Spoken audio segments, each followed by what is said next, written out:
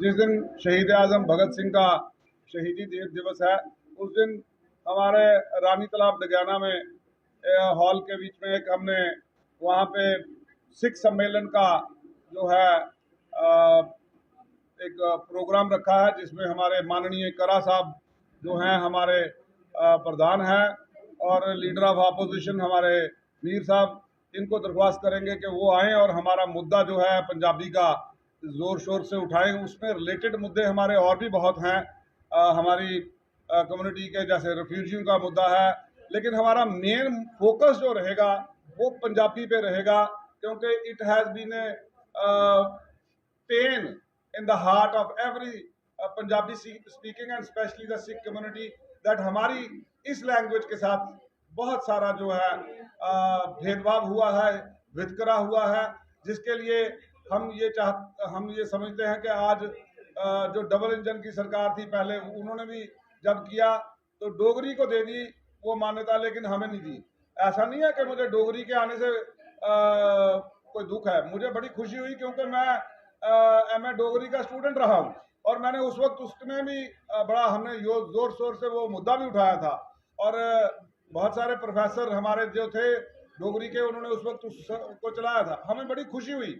लेकिन हमारे साथ एक हमारी मदर टंग जो है पंजाबी, उसके साथ भेदभाव हुआ, इसका हमें बेहद अफसोस है कि उस वक्त किसी ने हमारे लिए नहीं सोचा। तो हमने इसी मुद्दे को उठाने के लिए एक सिख सम्मेलन रखा है, जिसमें हमारा जो समुदाय है, खासकर जो हमारी सिख बरादरी है, ये ट्रांसपोर्ट से बहुत जुड़ी है, ट्रांसपोर्ट को मारा जा रहा है। इसी तरह बहुत से अलाइड मुद्दे हैं हमारे, उन सभी मुद्दों को मद्देनजर रख के हम सब साथियों ने ये रिक्वेस्ट करी थी हमारे ऑनरेबल जो पीसीसी चीफ हैं करा साहब के भी आप आओ, ताकि आप हमारा मुद्दा जो है जोर शोर से उठाएं।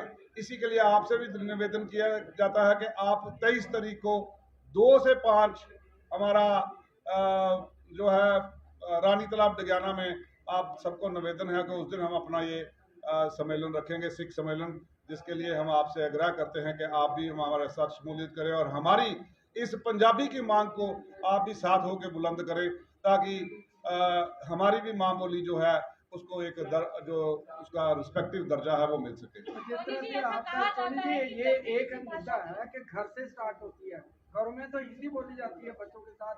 आज नया फैशन बन गया कि घरों परिवारों में भी जो है हिंदी बोली जाती है बच्चों के साथ, जबकि मदर टंग है, घर में से कम बोलनी चाहिए ना। देखें, हिंदी भी सीखनी है क्योंकि हमारी मातृभाषा जो हमारी जो नेशनल लैंग्वेज है वो हिंदी है, वो भी सीखें, मुझे उसके बोलने से कोई एतराज नहीं है। लेकिन पंजाबी जब स्कूलों में बंद हो जाएगी तो आप घर में क्या कर पाएंगे?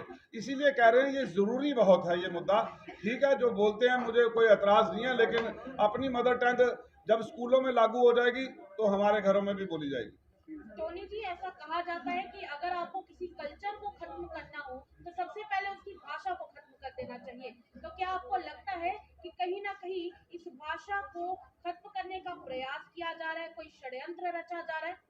अभी तक तो ऐसा ही प्रतीत हो रहा है, क्योंकि अगर मैं समझता हूं कि अगर कोई सरकारों में भेदभाव ना होता तो पंजाबी को क्यों छोड़ दिया जाता। ये हमारे हर फंक्शन पे जब भी हमारा गुरुपुरब होता है, स्टेट के हेड का, चाहे वो एलजी है, चाहे गवर्नर राज रहा गवर्नर थे, चाहे चीफ मिनिस्टर थे, वक्त पे आते रहे, लेकिन हमें वादा किया लेकिन हमारा पूरा नहीं किया।